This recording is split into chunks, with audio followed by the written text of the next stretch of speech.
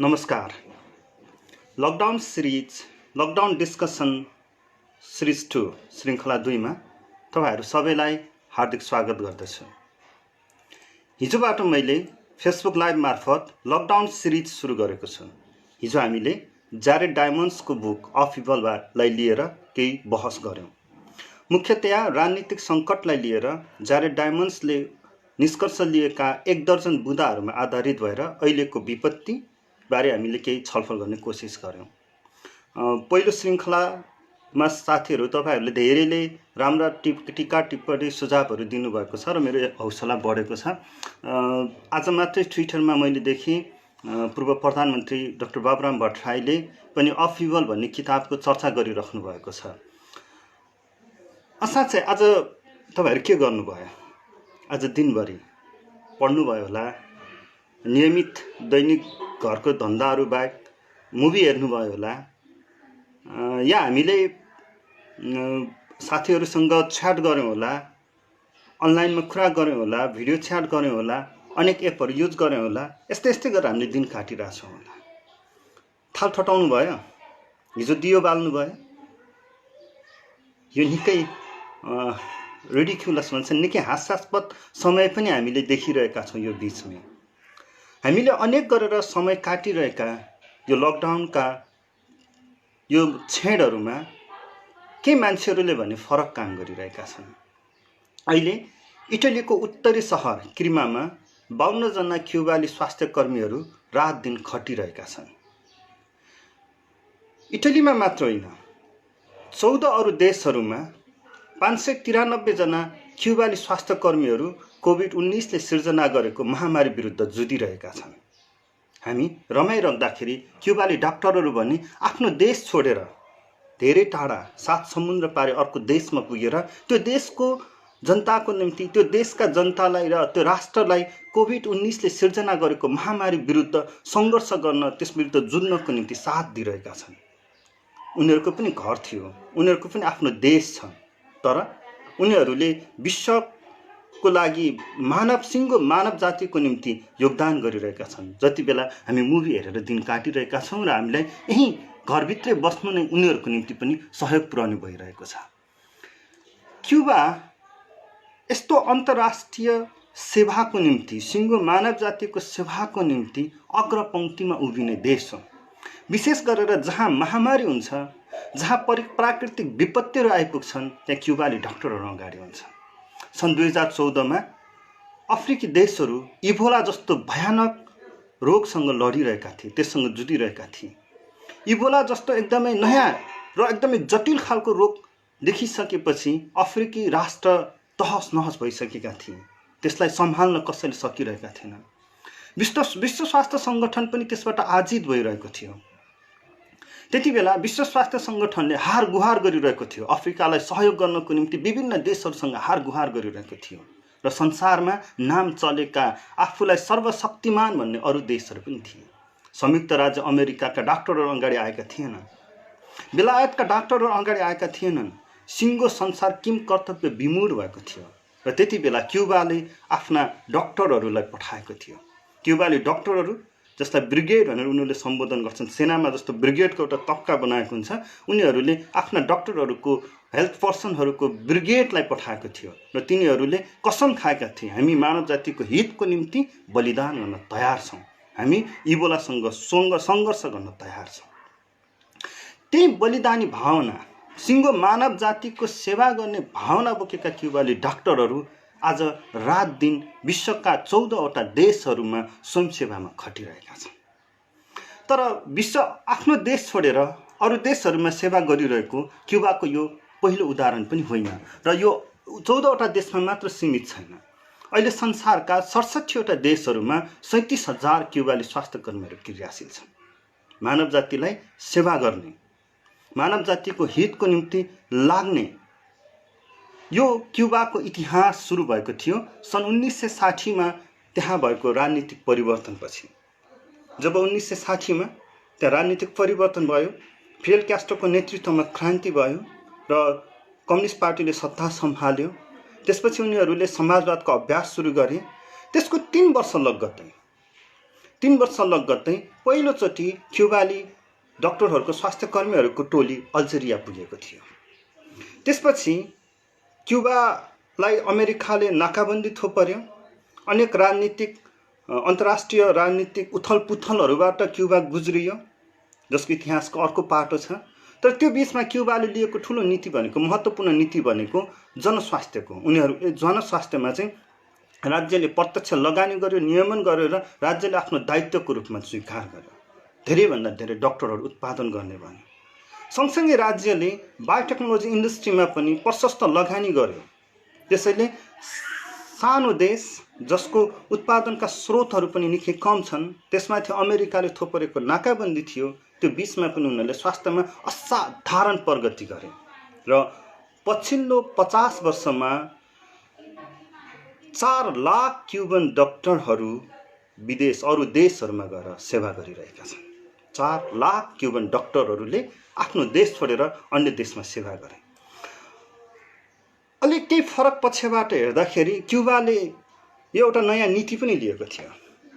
क्युबाको अहिलेको महत्त्वपूर्ण आर्थिक स्रोतमध्ये एउटा पर्यटन हो भने अर्को यिनै डाक्टरहरू र यिनै चिकित्सा कर्मीहरू, स्वास्थ्य कर्मीहरू पनि हुन्। क्युबाले आफ्ना स्वास्थ्य कर्मी स्वयंसेवाको रूपमा पनि पठाउँछ, सँगसँगै अन्तर्राष्ट्रिय संस्थाहरूको लेस खर्च बिहोर्ने गरी पनि पठाउँछ, जसबापत क्युबाले आफ्नो केही आम्दानी पनि गरिरहेको हुन्छ।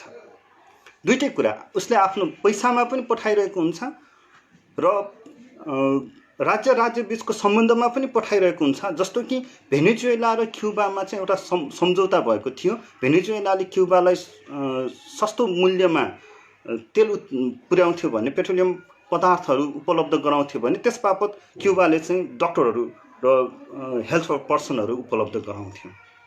यसरी राज्य बीचको सम्बन्ध अथवा WHO को अन्डरमा बसेर अथवा अरू अन्तर्राष्ट्रिय सङ्घ संस्थाहरूले खर्च बिहोर्ने गरी क्युबाली डाक्टरहरू पुग्छन्। तर यही कुरालाई लिएर संयुक्त राज्य अमेरिकाले क्युबालाई अर्को आरोप पनि लगाउने गर्छ। त्यो आरोप हो क्युबाली डाक्टरहरूको श्रम शोषण गरिएको छ भन्ने आरोप।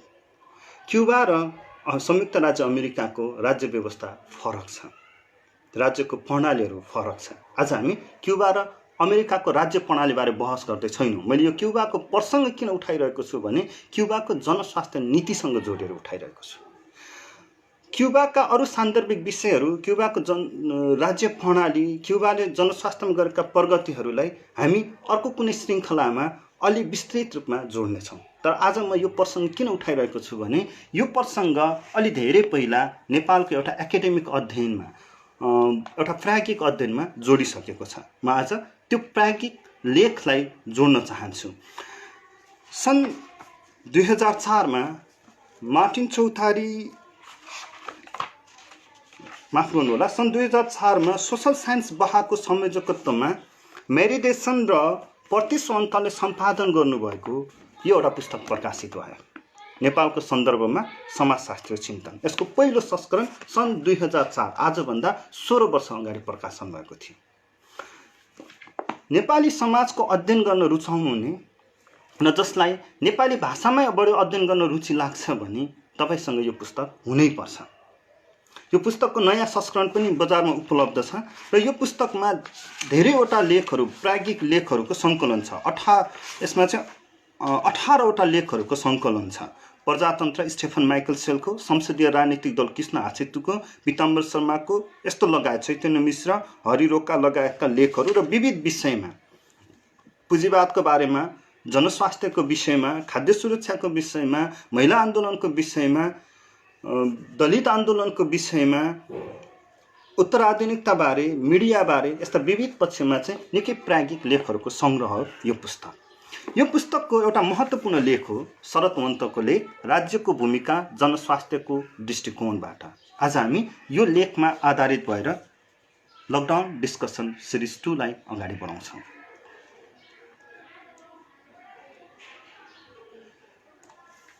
यो लेखको बहुआयामी पक्ष, यसको गहनता र लेखका मसिना सन्दर्भहरूको कारणले गर्दाखेरि मैले यो लेखको बहस, यो लेखको विषयलाई आज र भोलि 2वटा सिरिजमा टुक्राएर विमर्श गर्ने सोच बनाएको छु। यदि तपाईसँग यो पुस्तक छ भने आजको बहसलाई जोड्दै भोलिको श्रृङ्खलामा तपाईँ अध्ययन गरेर पनि जोडिन सक्नुहुनेछ।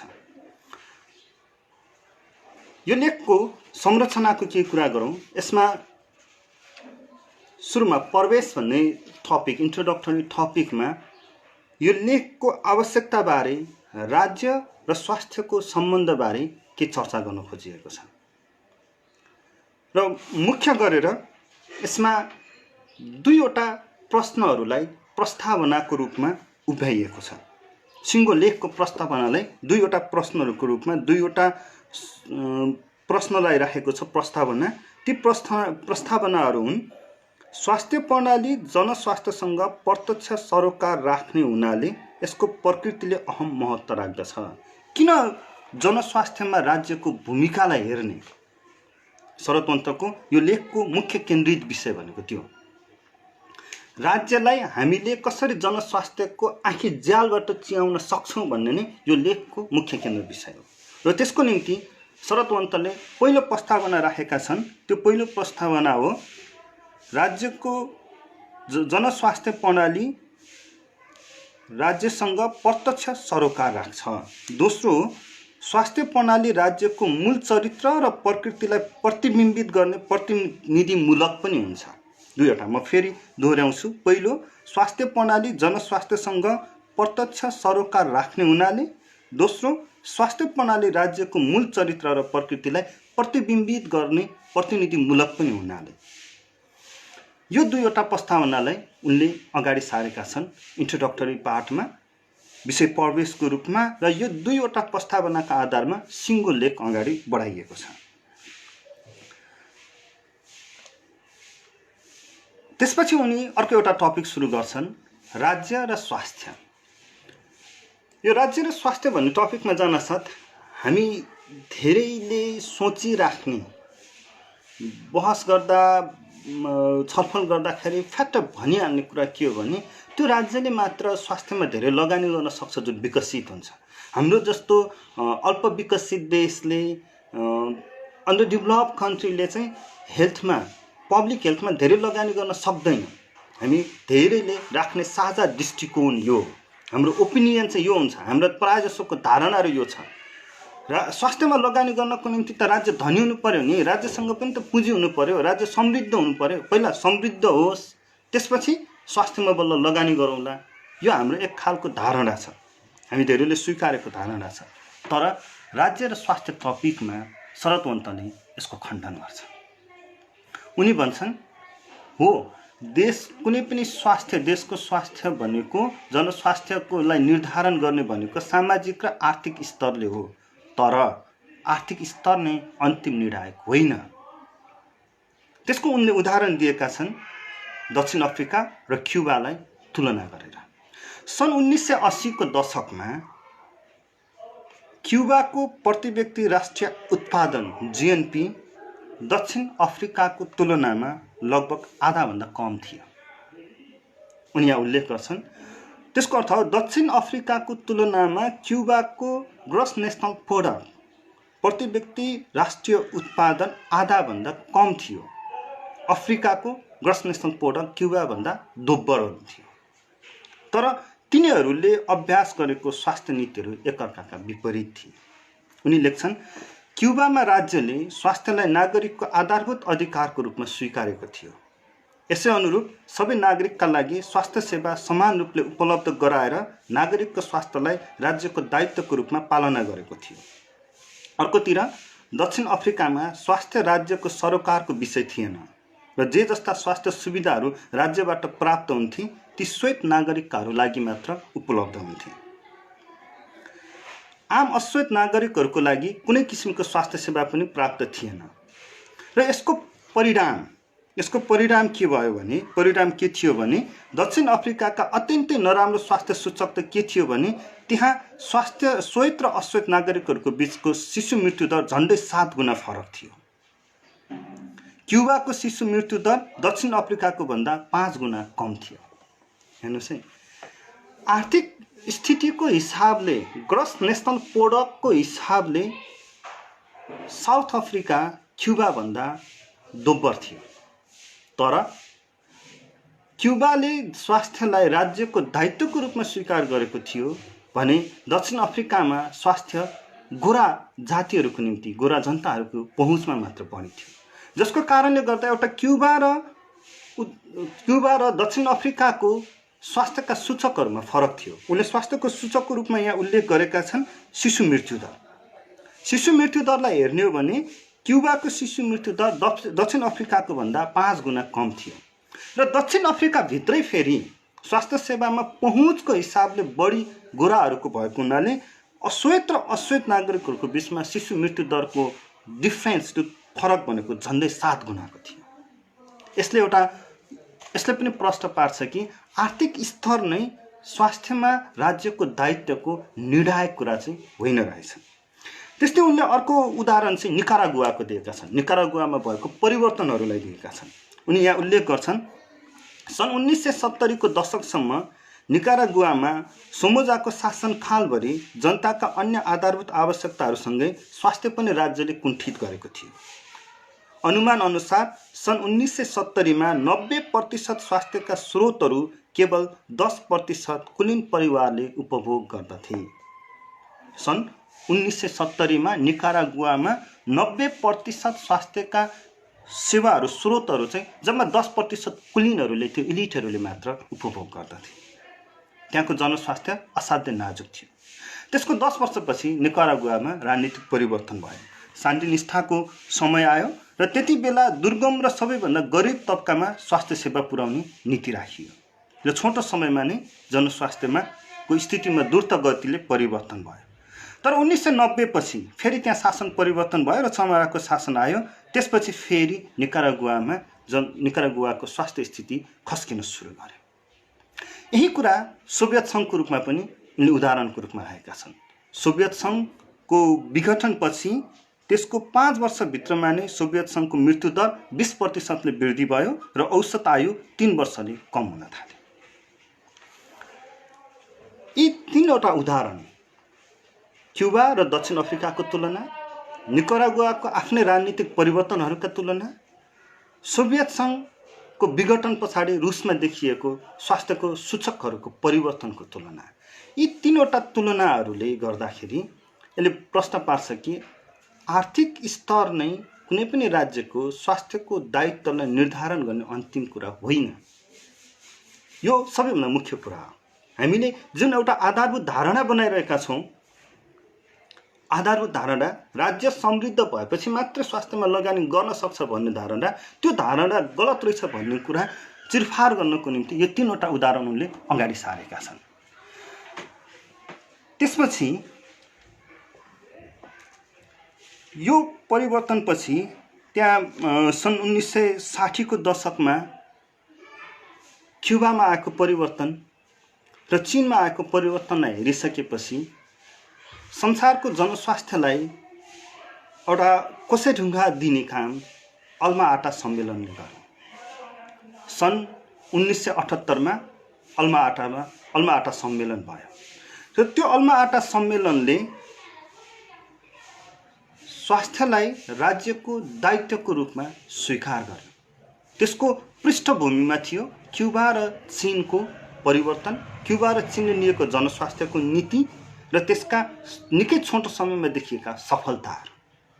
अनि त्यो सफलतालाई लिएर अल्मा आटा सम्मेलन गरियो सन् 1978 मा र त्यसले स्वास्थ्यलाई राज्यको दायित्वको रूपमा स्वीकार गर्यो र त्यसको डकुमेन्टेसनमा, त्यसको डकुमेन्टमा चाहिँ उल्लेख गरियो जनताका स्वास्थ्यको लागि सरकारको पूर्ण जिम्मेवारी लिनुपर्छ र यो जिम्मेवारी स्वास्थ्य सेवाको उचित व्यवस्था तथा अन्य सामाजिक उपायहरू अवलम्बन गरेर मात्र पुरा गर्न सकिन्छ, यसरी उल्लेख गरियो।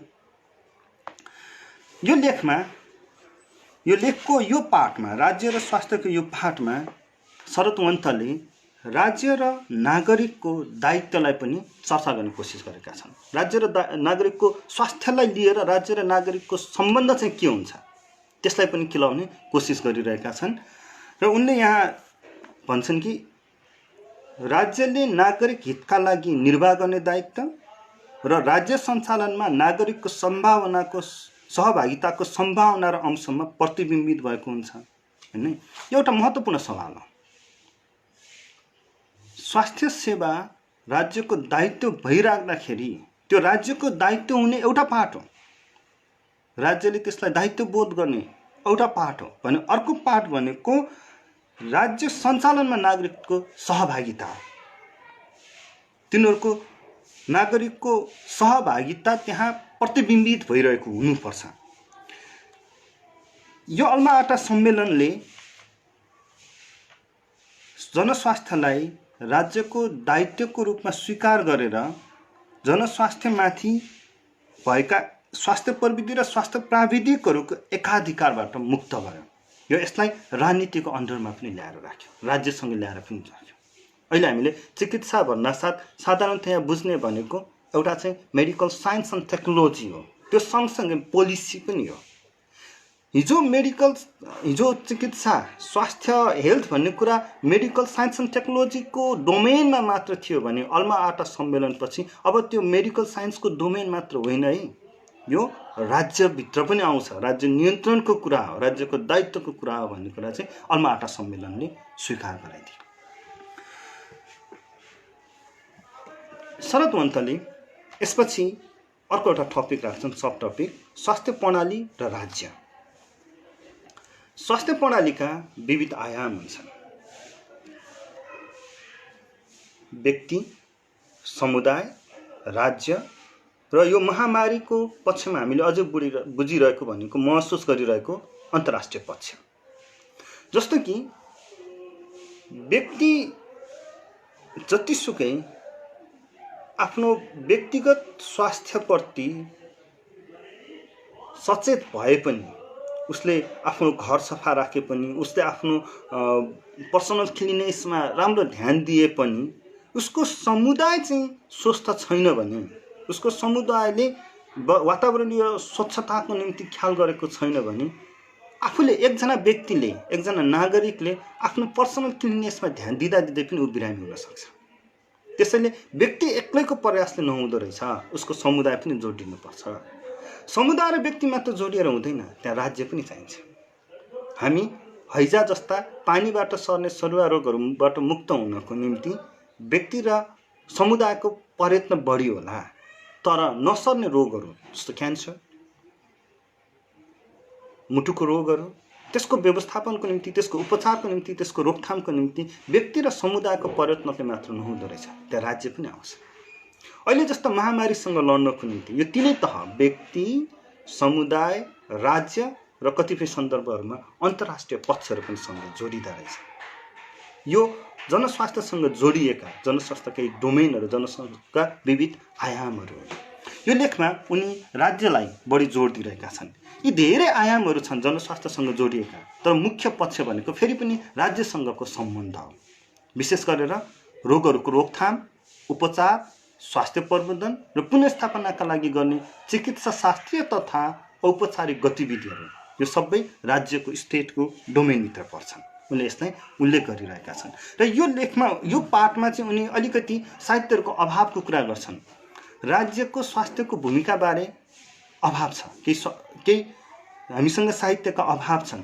इतिहासमा पनि, राजनीतिशास्त्रको इतिहासमा पनि राज्यका बडा व्याख्या गरिन्छ, राज्यका प्रणालीहरूको कुरा गरिन्छ, एथेन्सको नगर राज्यको चर्चा गरिन्छ, तर त्यति बेलाको जनस्वास्थ्य नीति के थियो, त्यति बेलाको स्वास्थ्य प्रणाली के थियो, त्यसको बारेमा भने धेरै चर्चा गरिँदैन।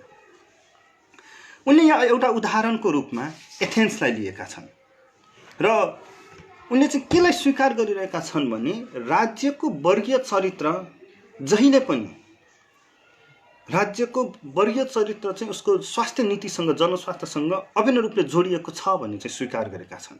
शरद मन्थ यहाँ लेख्छन्, इतिहासमा भेटिने जुनसुकै प्रणालीको राज्य व्यवस्थामा पनि शासक र शासित बीचको वर्गभेद कुनै न कुनै अंशमा रहि नै रह्यो र यही वर्गीय चरित्रको जरामा उभिएको राज्य व्यवस्थाले नागरिक हितको नाममा वर्ग हित नै गरिरह्यो। हेर्नुहोस् है, शरद मन्थले यहाँ मुख्य रूपमा उठाएको राज्यको चरित्र कसरी स्वास्थ्यसँग जोडिन्छ भन्ने हो। जहिले पनि राज्यको चरित्र वर्गीय हुन्छ, त्यो वर्गीय चरित्र जनस्वास्थ्यमा प्रतिबिम्बित भएको हुन्छ। राज्यले जतिसुकै स्वास्थ्यको दायित्व लिएको भनेर चर्चा गरे तापनि इतिहासदेखि नै त्यो एउटा राज्यसँग जोडिएको एउटा वर्गको हितको निम्ति प्रयोग गरिएको हुन्छ। जस्तो उनले उदाहरणको निम्ति एथेन्सको कुरा गर्छन्। उनी यहाँ लेख्छन्, प्राचीन एथेन्सको नगर राज्यको राज्य व्यवस्था समानता, न्याय, स्वतन्त्रता र जनहितको लागि आदर्श नमुनाको रूपमा प्रस्तुत हुने गरेको भए तापनि जनसङ्ख्याको ठूलो हिस्सा दास, महिला तथा प्रवासी समुदायमाथि राज्यले निर्ममतापूर्वक भेदभाव गरेको थियो। जनसङ्ख्याको ठूलो हिस्सा ओगट्ने ती समूहहरू नागरिकको रूपमा भागीदारी बन्न सक्दैनथे र तिनीहरू स्वास्थ्य सेवाबाट वञ्चित पनि थिए। 20औं शताब्दीमा स्वास्थ्यमा ठूलो परिवर्तन आयो। विज्ञान र प्रविधिले फड्को मार्यो। कैयौं रोगहरूका कारणहरू पत्ता लागे। तिनीहरूको चिकित्सा र तिनीहरूको उपचारकोमा पनि नयाँ आविष्कारहरू भए। त्यसपछि मानव स्वास्थ्यको एउटा नयाँ आयामको उद्घाटन पनि भयो। तर त्यो सँगसँगै जनस्वास्थ्यलाई लिने, राज्यले दायित्वको रूपमा लिने या नलिने राज्यका भूमिकाहरूबारे विभिन्न घटनाहरू, विभिन्न प्रक्रियाहरू देखा पर्न थाले र त्यो विशेष गरेर राज्यको तहमा प्रतिबिम्बित हुन थाले। राज्यको भूमिका, विशेष गरेर जनस्वास्थ्यलाई लिएर राज्यको भूमिकाहरू कस्ता कस्ता रहे, शरद्वन्तले त्यसको विश्लेषण गर्नको निम्ति राज्यहरूलाई मुख्य 3वटा समूहहरूमा विभाजन गरेका छन्। उनले उदार जनतान्त्रिक राज्यहरू, समाजवादी राज्यहरू र नव उदारवादी राज्य, यो 3 थरी राज्यलाई क्याटेगोराइज गरेका छन् र यिनीहरूको जनस्वास्थ्य नीति कस्तो रह्यो भन्ने विश्लेषण गरेका छन्। उदार जनतान्त्रिक राज्यहरू, समाजवादी राज्यहरू, नव उदारवादी राज्य। सुनमा चर्चा गरौँ उदार जनतान्त्रिक राज्यहरू। यी विशेष गरेर फ्रान्सेली राज्य क्रान्तिपछि सुरु भएका या बेलायती पुँजीवादी क्रान्तिपछि बनेका प्रजातान्त्रिक भनिने राज्यहरू हुन्। फ्रान्सेली राज्य क्रान्तिको नारा थियो स्वतन्त्रता, समानता र भातृत्व। बेलायती पुँजीवादी क्रान्तिले पुँजीवादलाई एउटा अभिन्न मोडमा लगिदियो। पछि त्यो ग्लोरियस रेभोल्युसनको, गोरखपूर्ण क्रान्तिको नाममा फेरि राजा र पुँजीपति वर्गको साँठगाँठले सेरेमोनियल किङडम, सेरेमोनियल मोनार्कीलाई पुनर्स्थापना गर्यो, त्यसको स्थापना गर्यो। तथापि यसका आधारभूत मान्यता या जति पनि डेमोक्रेटिक, हामीले यसलाई अङ्ग्रेजीमा भन्दा डेमोक्रेटिक जनतान्त्रिक राज्यहरूका लिबरल डेमोक्रेटिक स्टेटका केही आधारभूत नर्म्सहरू छन्।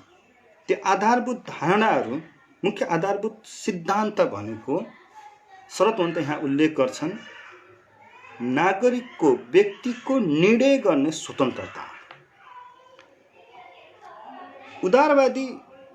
उदार जनतान्त्रिक राज्यहरू, यसलाई सरल रूपमा हामीले प्रजातान्त्रिक राज्य भनेर स्वीकार्न सक्छौँ। यी प्रजातान्त्रिक राज्यहरू, जनतान्त्रिक राज्यहरूको मुख्य प्रस्तावना भनेको व्यक्तिको स्वतन्त्रता। यसले स्वीकार गर्छ हरेक व्यक्ति आफ्नो निर्णय गर्न स्वतन्त्र छ र राज्य सार्वभौम हुन्छ, आफ्नो निर्णय आफै गर्न सक्छ। राज्यको सार्वभौमिकताको स्रोत भनेको सार्वभौम जनता हुन्।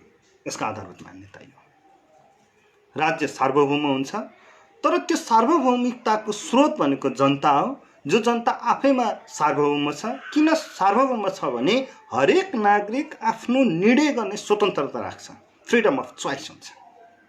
यो उदार जनतान्त्रिक राज्यको मुख्य आधारभूत नर्म्स हो।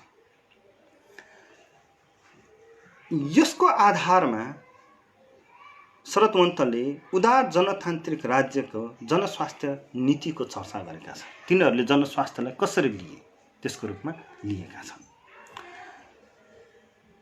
यहाँ केही फरकपनको पनि चर्चा गरिएका छन्।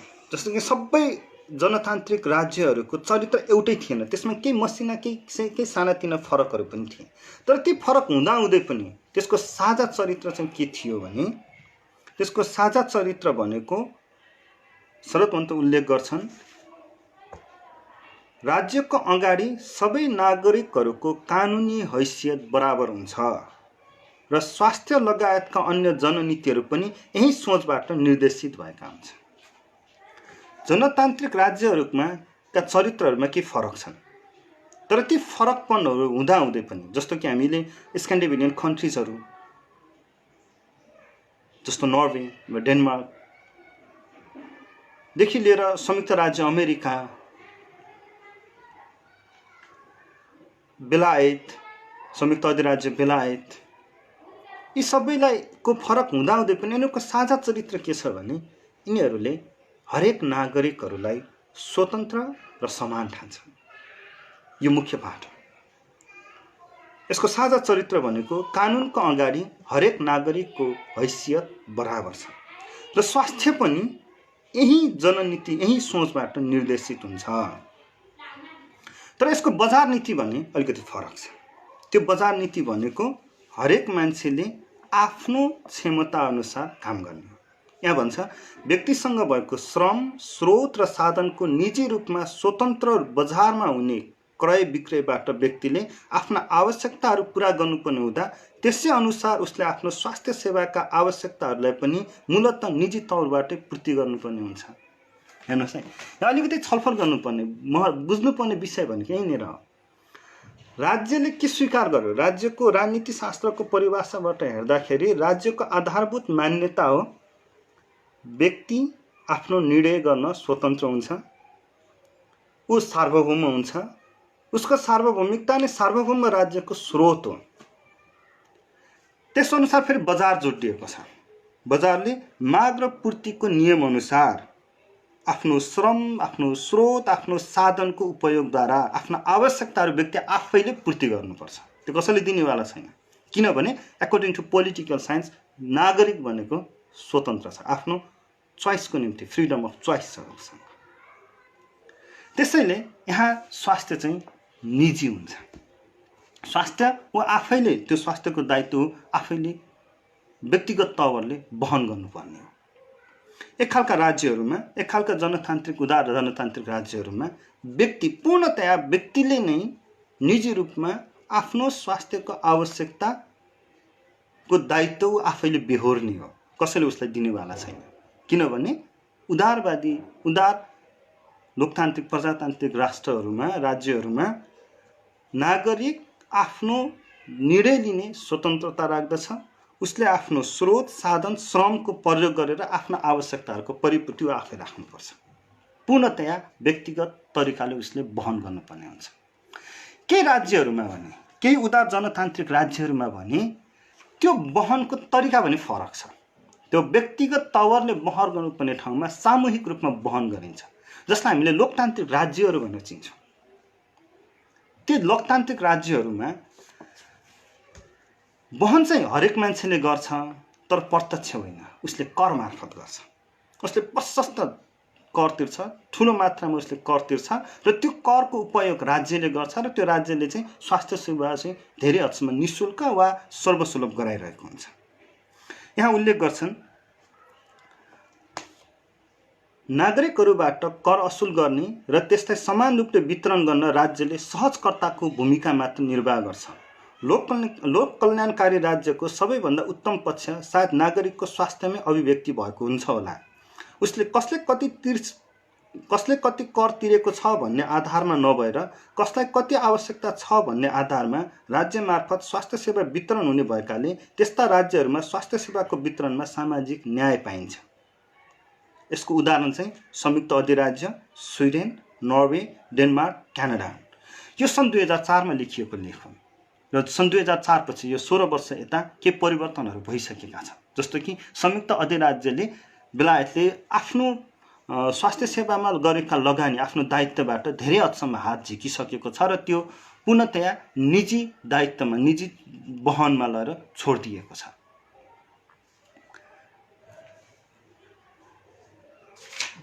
उदार जनतान्त्रिक राज्यमा व्यक्ति भनेको उपभोक्ता हो। उसले आफ्नो स्वास्थ्य सेवा आफै खरिद गर्नुपर्ने हुन्छ। शरद यहाँ लेख्छन्, स्वास्थ्य सेवालाई मूलतः वस्तुको रूपमा हेरिने हुनाले त्यसमा लगानी, श्रम र मुनाफाका अंशहरू जोडिँदै स्वतन्त्र बजारमा बिक्रीका लागि छाडिन्छ। यहाँ स्वास्थ्य सेवा भनेको वस्तु जस्तै हो, त्यो वस्तु नै हो र त्यो खरिद गर्न सक्नुपर्छ। मान्छेले आफ्नो श्रम, आफ्नो स्रोत साधनको उपयोग गरेर त्यो स्वास्थ्य सेवा खरिद गर्ने हो, किनभने स्वास्थ्य वस्तु हो, त्यसको उत्पादन गरिन्छ। स्वास्थ्य लगायत नागरिकहरूको निजी आवश्यकताहरूको माग र पूर्तिको थलो स्वतन्त्र बजारमा नागरिक उपभोक्तामा रूपान्तरण हुन्छ र त्यहाँ राज्यको न्यूनतम हस्तक्षेप हुने हुँदा क्रय क्षमता हुने नागरिक उपभोक्ताले मात्रै आफ्नो आवश्यकताहरूलाई पूर्ति गर्न सक्छ। यसको उदाहरण संयुक्त राज्य अमेरिकामा भएको श्वेत र अश्वेतहरू बीचको भिन्नता हो। हामी फेरि यसलाई निष्कर्षमा लेखौँ। उदार जनतान्त्रिक राज्यको निष्कर्ष, यो टपिकको निष्कर्ष, उदार जनतान्त्रिक राज्यले राजनीतिक हिसाबले व्यक्तिलाई स्वतन्त्र ठान्छ र सार्वभौम ठान्छ। हरेक व्यक्ति आफ्नो निर्णय गर्न आफ्नै स्वतन्त्र हुन्छ, उसँग फ्रिडम अफ चोइस छ। व्यक्तिको, नागरिकको स्वतन्त्रता र उसको सार्वभौमिकता राज्यको सार्वभौमिकताको स्रोत हो। व्यक्ति निर्णय गर्न स्वतन्त्र भएको हुनाले उसले आफ्नो श्रम, स्रोत र साधनको उपभोग गरेर त्यसको क्रय विक्रयले उसले स्वास्थ्य सेवा हासिल गर्ने हो। त्यसैले त्यो पूर्णतया व्यक्तिगत व्यक्तिले पूर्णतया व्यक्तिगत रूपमा वहन गर्नुपर्ने चिज हो र स्वास्थ्य उपभोग गर्ने, खरिद गर्नुपर्ने साधन हो, त्यो वस्तु हो र नागरिक उपभोक्ता। उदार जनतान्त्रिक राज्यमा जनस्वास्थ्य यसरी व्यक्तिको क्रय विक्रयको क्षमतामा छोडिन्छ र अरू स्वास्थ्य जस्तै यसलाई बिहोरिन्छ। यसमा केही थोरै मात्रामा अलिकति फरक भनेका लोक कल्याणकारी राज्यहरू छन्, जसमा चाहिँ त्यो दायित्व बोध, त्यो वहन व्यक्तिले नभएर सामूहिक रूपमा गरिन्छ, तर करको माध्यमबाट व्यक्तिले फेरि त्यो पूर्ति गरिरहेको हुन्छ।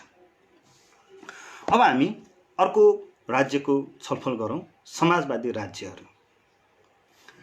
समाजवादी राज्यको परिभाषालाई सबैभन्दा सुरुमा बुझ्नुपर्छ र शरदवन्तले यहाँ सुरुमै लेख्छन्, मार्क्सवादी दृष्टिकोणमा पुँजीवादी उत्पादन र वितरण सम्बन्ध अथवा उत्पादनका साधनहरूमाथि निजी स्वामित्व र वितरणलाई उदार बजार व्यवस्थाको वकालत र संरक्षण गर्ने राज्य नागरिकको हितको सवालमा तटस्थ हुन सक्दैन, आलोचना गरिन्छ।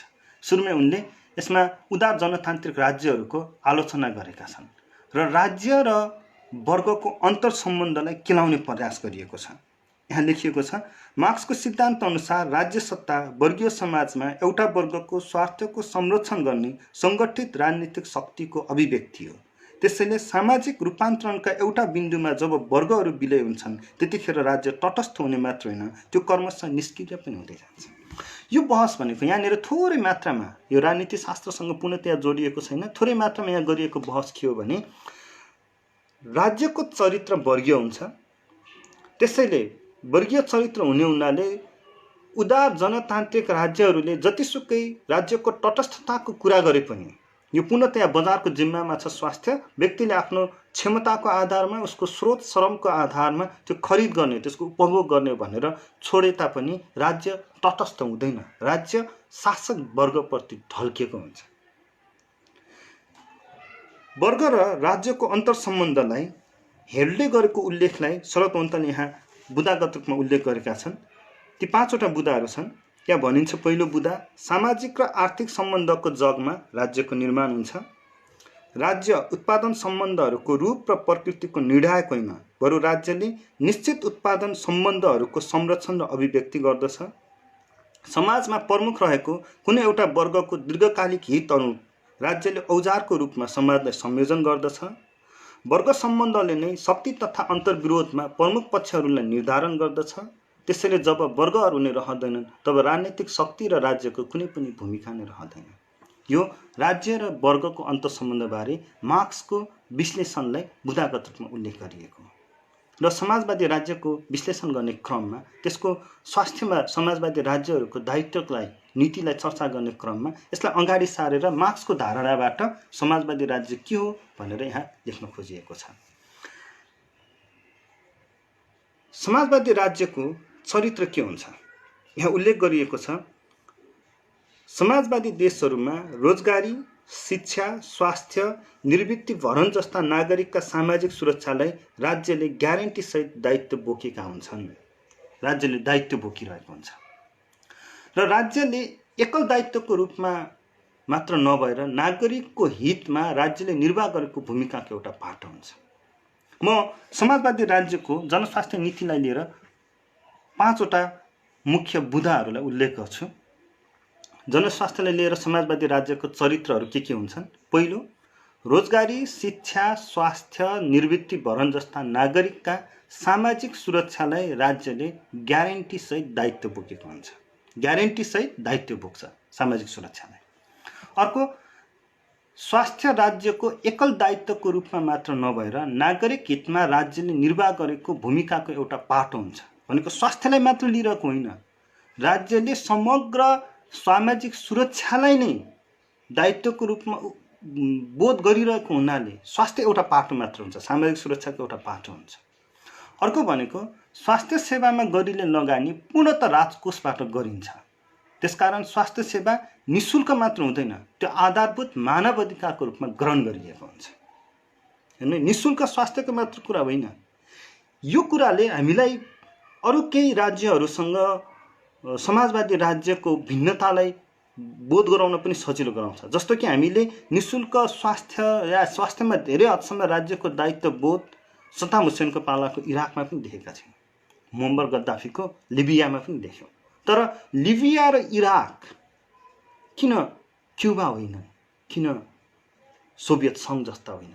किनभने इराक र लिबियामा स्वास्थ्यलाई निःशुल्क त गराइएको थियो, तर त्यसलाई मानव अधिकारको रूपमा स्वीकार गरेको थिएन।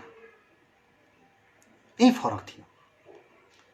समाजवादी राज्यले पूर्णतः राजकोषबाट लगानी गरेर स्वास्थ्य सेवा निःशुल्क गराउँछ र त्यसलाई आधारभूत मानव अधिकारको रूपमा ग्रहण गर्दछ। समाजवादी राज्यको स्वास्थ्यसँग जोडिएको अर्को चरित्र हुन्छ, प्रत्येक नागरिकले आफ्नो आवश्यकता अनुसार स्वास्थ्य सेवा निर्बाध उपभोग गर्ने अवसर पाउँछ। क्षमता अनुसार होइन। उदार जनतान्त्रिक राज्यमा मान्छेको आफ्नो क्षमता अनुसार उसले कति खरिद गर्न सक्छ भन्ने क्षमताको आधारमा थियो भने समाजवादी राज्यमा चाहिँ प्रत्येक नागरिकले आफ्नो आवश्यकता अनुसार स्वास्थ्य सेवा निर्बाध उपभोग गर्ने अवसर पाउँछ र स्वास्थ्य सेवामा सबैको समान पहुँच हुन्छ। उसको एक्सेस, उसको पहुँच पनि समान हुन्छ। समाजवादी राज्यको स्वास्थ्यसँग जोडिएका यी 5 चरित्र हुन् र यसको उदाहरण उनले क्युबालाई दिएका छन्। जस्तो क्युबामा के भयो, म तपाईहरुलाई वाचन गरेर थोरै सुनाउन चाहन्छु। सन् 1959 को क्रान्ति अघि क्युबा त्यस क्षेत्रको आम देशहरू जस्तै अनेकौं स्वास्थ्य समस्याहरूबाट ग्रस्त थियो र राज्य व्यवस्थाले अत्यन्तै थोरै संख्यामा रहेको धनीमानी र राजधानी हवाना वरिपरि बसोबास गर्ने केही कुलीन परिवारहरूको चासो र स्वार्थको मात्र रेखदेख गर्दथ्यो। त्यसै अनुरूप स्वास्थ्य सेवा पनि यही वर्गको पहुँचमा मात्र सीमित थियो। क्रान्तिपछि वर्ग सम्बन्धमा आएको परिवर्तनले राज्यको भूमिकामा पनि परिवर्तन ल्यायो। नागरिकको स्वास्थ्यलाई सर्वोपरि प्राथमिकताका साथ नीतिहरू लागू भए। ग्रामीण जनताको आवश्यकतालाई प्राथमिकता दिएर स्रोत वितरणमा परिवर्तन भयो। स्वास्थ्य समस्याहरूको रोकथाममा तथा मातृ शिशु सेवामा अत्याधिक प्राथमिकता क्युबाली स्वास्थ्य नीतिको प्रमुख विशेषता बन्यो। संयुक्त राज्य अमेरिका भन्दा 1 वर्ष अघि नै सन् 1963 मा क्युबाबाट पोलियो उन्मूलन भएको तथ्यले पनि यस कुराको पुष्टि हुन्छ। यो उपलब्धि हो। अमेरिका भन्दा 1 वर्ष अगाडि नै उसले पोलियो उन्मूलन गरिसकेको थियो। त्यसबाहेक क्युबाली स्वास्थ्य प्रणालीको उल्लेखनीय पक्ष भनेको जनताको जति सक्दो नजिकसम्म स्वास्थ्य सेवाको विस्तार हो। सम्पूर्ण क्युबालीहरूलाई पोलिक्लिनिक अथवा ग्रामीण अस्पताल मार्फत नजिकै घर दैलोमै अत्यावश्यक स्वास्थ्य सेवाहरू उपलब्ध गराइएका छन्। त्यहाँ सम्भव नभएका सेवाहरूका लागि क्षेत्रीय अथवा केन्द्रीय अस्पतालहरूमा सम्प्रेषण गरिन्छ। चिकित्सा कर्मीहरूलाई तालिमकै अवधिमा ग्रामीण क्षेत्रमा गएर काम गर्न उत्प्रेरित गरिने प्रक्रियाले स्वास्थ्य सेवालाई त्यो तहसम्म विस्तार गर्ने कार्यमा महत्त्वपूर्ण भूमिका खेलेको छ।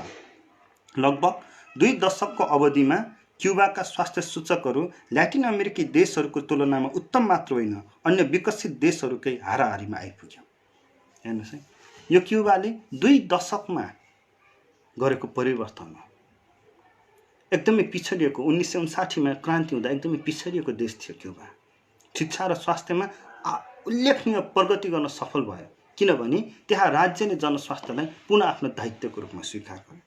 र यहाँ शरद वन्थले चीनको पनि उदाहरण दिइरहेका छन्। म यो सबै वाचन गर्न चाहन्न। यहाँ उनले मुख्य के लेख्छन् भने सुरुमा चीनले क्रान्ति हुनसाथ 1950 मा क्रान्ति हुनसाथ नै चीनले 50 को दशकमा अंगीकार भनेको जनतासँग स्वास्थ्यकर्मी पठाउने नीति। हामी स्वास्थ्यकर्मीसँग जनता आउने, बिरामी डाक्टरसँग पुग्ने, बिरामी स्वास्थ्यकर्मीसँग पुग्ने सोच राख्छौँ। चीनले चाहिँ ठ्याक्कै उल्टो बिरामीसँग स्वास्थ्यकर्मी पठायो। बेयरफुट डाक्टरको अवधारणा, नाङ्गा खुट्टे डाक्टरहरू, त्यसको अवधारणा चीनले सुरु गर्यो। त्यसको एउटा रूपान्तरित पक्ष भनेको हाम्रो सीएमएहरू हुन्। तर हामी त्योसँग त्यो हदसम्म त्यति तल्लो लेभलसम्म पुर्याउन सकेका छैनौँ। चीनले स्वास्थ्य सेवामा ल्याएको उल्लेखनीय परिवर्तन, नाङ्गा खुट्टे डाक्टरहरू, त्यसको तालिम, त्यसको परिचालन, स्वास्थ्य चौकी तथा कम्युन अस्पतालहरूको विस्तार र परम्परागत चिकित्सा प्रणालीको खोज, एलोप्याथीमा मात्र होइन, परम्परागत स्वास्थ्य चिकित्सा प्रणालीको खोज र प्रवर्धन, त्यसको आधुनिक चिकित्सा प्रणालीसँगको एकीकरण, यो चिनिया स्वास्थ्य प्रणालीको प्रमुख विशेषता। तीनवटा उनीहरूले 1950 को दशकमा अपनाएको, चीनले अपनाएका तीनवटा मुख्य कुरा: जनतासँग स्वास्थ्यकर्मीको पहुँच बढाउने, स्वास्थ्यकर्मीलाई जनतासँग पुर्याउने, नाङ्गा खुट्टे डाक्टरहरू, तिनीहरूको तालिम र तिनीहरूको परिचालन, स्वास्थ्य चौकी तथा कम्युन अस्पतालहरूको विस्तार, र अर्को भनेको परम्परागत चिकित्सा प्रणालीको खोज, प्रवर्धन र त्यसलाई आधुनिक चिकित्सा प्रणालीसँगको त्यसको सम्बन्ध, त्यसको एकीकरण। यसले चीनले, यो नीतिले चीनले चाहिँ निकै छोटो समयमा उल्लेखनीय प्रगति हासिल गर्न सक्यो। अब चीन र क्युबाको यो उदाहरणलाई अगाडि सार्दै समाजवादी राज्यको सफलताहरूको चर्चा गर्दै गर्दाखेरि शरद वन्थले केही गम्भीर प्रश्नहरू पनि उठाएका छन्। दुईवटा गम्भीर प्रश्नहरू उठाएका छन्। त्यसलाई उनले दुईवटा सब टपिकमा राखेका छन्। एउटा हो यान्त्रिक अनुसरणका असफलताहरू। सोभियत सङ्घ पहिलो राज्य थियो जसले स्वास्थ्यलाई जनताको दायित्वको, स्वास्थ्यलाई राज्यको दायित्वको रूपमा स्वीकार गर्यो, मानव अधिकारको रूपमा स्वीकार गर्यो र स्वास्थ्यलाई निःशुल्क गराउने पहिलो राज्य हो, संसारको पहिलो देश हो। अक्टोबर क्रान्तिको एउटा ठुलो उपलब्धि।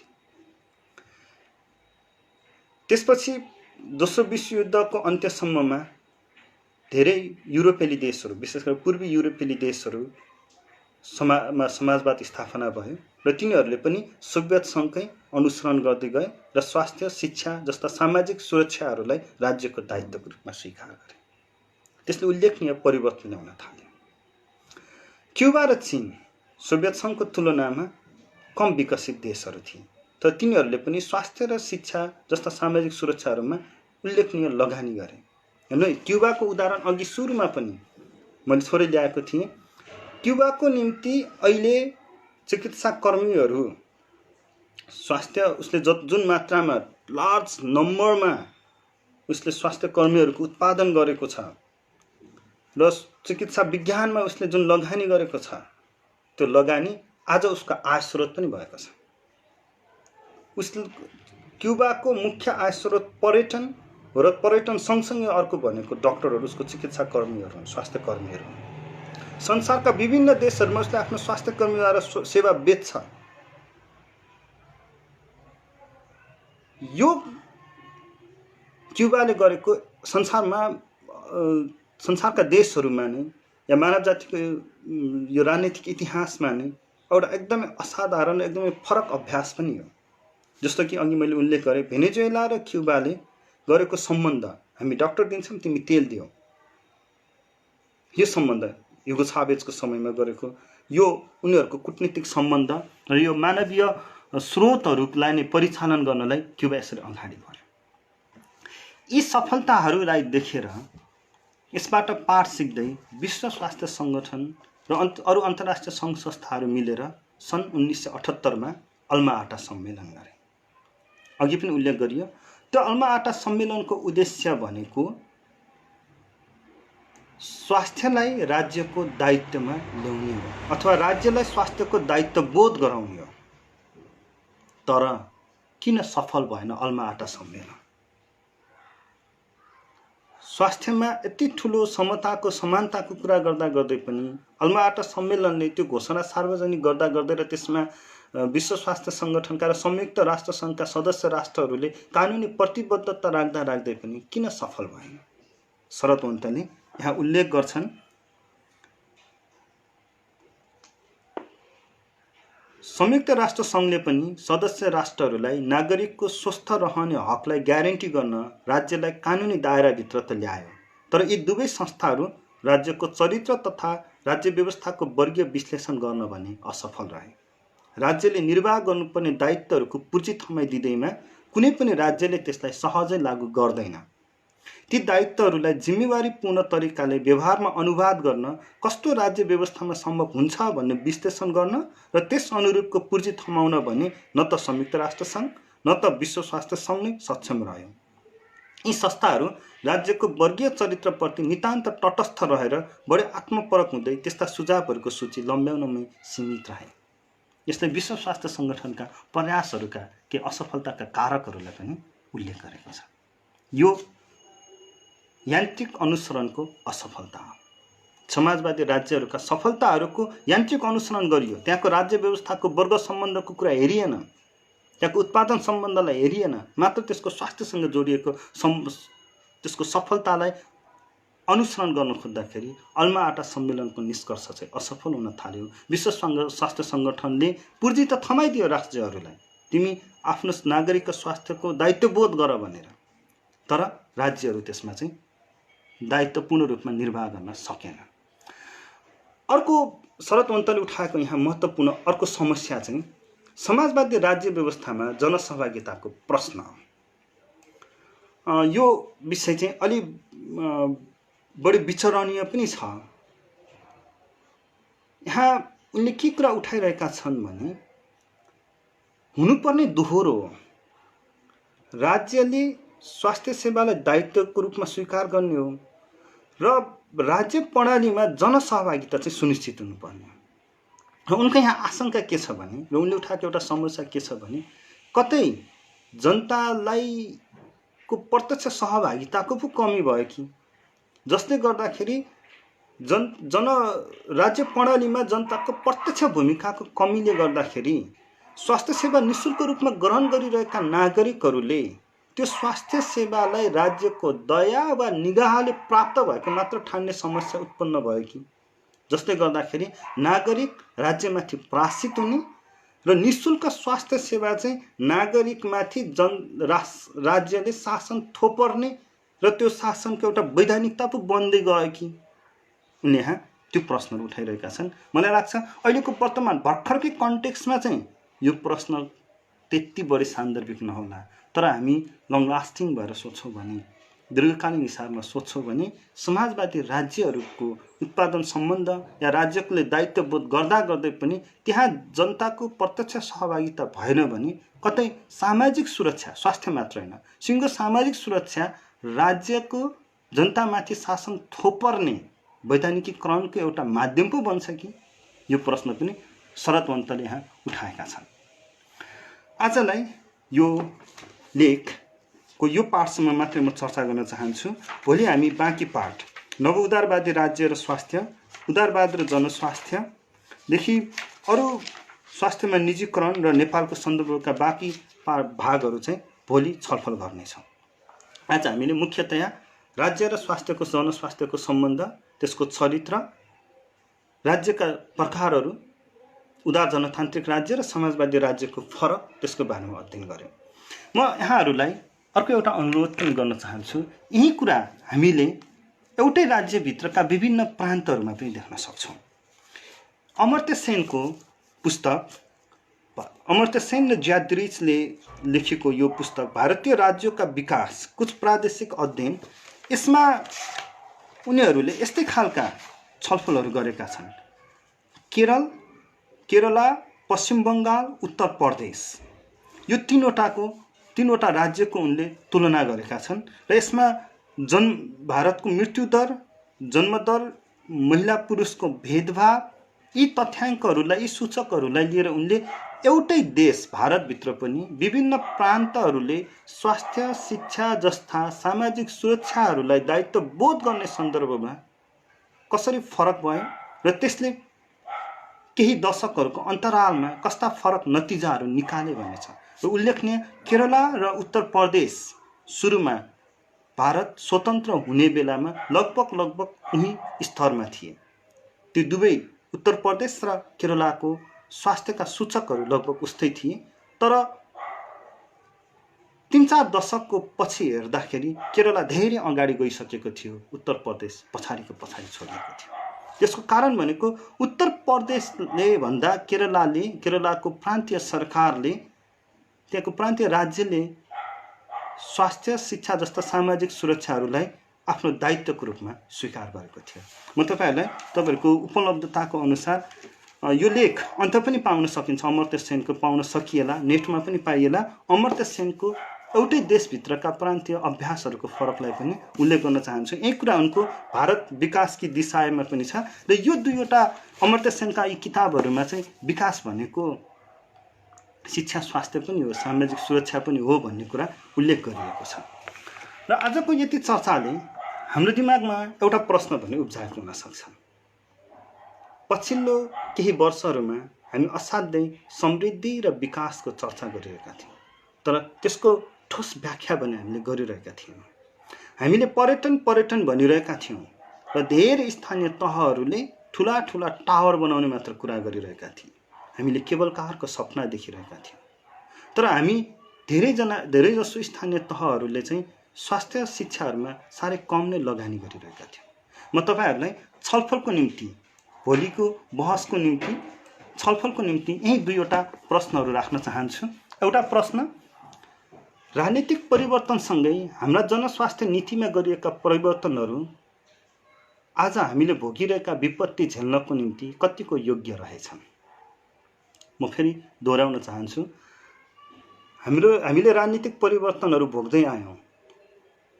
7 सालमा पञ्चायतकाल, 46, त्यसपछि 62-63 संविधान सभा हुँदै गणतन्त्रको स्थापना र यसको संस्थागत, यो सँगसँगै हाम्रा जनस्वास्थ्यका नीतिहरूमा पनि परिवर्तन हुँदै आएका छन्। ती परिवर्तनहरू यी विपत्तिहरू झेल्नको निम्ति कतिको योग्य रहे। र अर्को, नेपालको संविधान 2072ले चाहिँ स्वास्थ्यलाई मौलिक हकको रूपमा स्वीकार गरेको छ, शिक्षालाई, स्वास्थ्यलाई मौलिक हकको रूपमा स्वीकार गरेको छ। तर त्यहाँ भन्ने चाहिँ केही कानुनी व्यवस्थाहरू पनि उल्लेख गरिएको छ। आधारभूत स्वास्थ्यलाई मुख्य गरेर राज्यको दायित्वको रूपमा स्वीकार गरिएको छ। शिक्षालाई राज्यले विकेन्द्रीकरण गर्न खोजिरहेको छ। हामीले केही वर्षमा नै अभ्यास देख्यौँ। विशेष गरेर आधारभूत शिक्षा र मावि तहसम्मको शिक्षा स्थानीय तह र प्रादेशिक तहसम्ममा विकेन्द्रित गरिएको छ। धेरै स्थानीय तहहरूले आधारभूत शिक्षामा आफ्नै कोर्स पनि डिजाइन गरिसकेका छन्। त्यसको परीक्षा सञ्चालन गर्ने, नियमन गर्ने अभ्यासहरू पनि सुरु गरिसकेका छन्। के यस्तै खालको विकेन्द्रीकरण स्वास्थ्यमा पनि आवश्यक छ?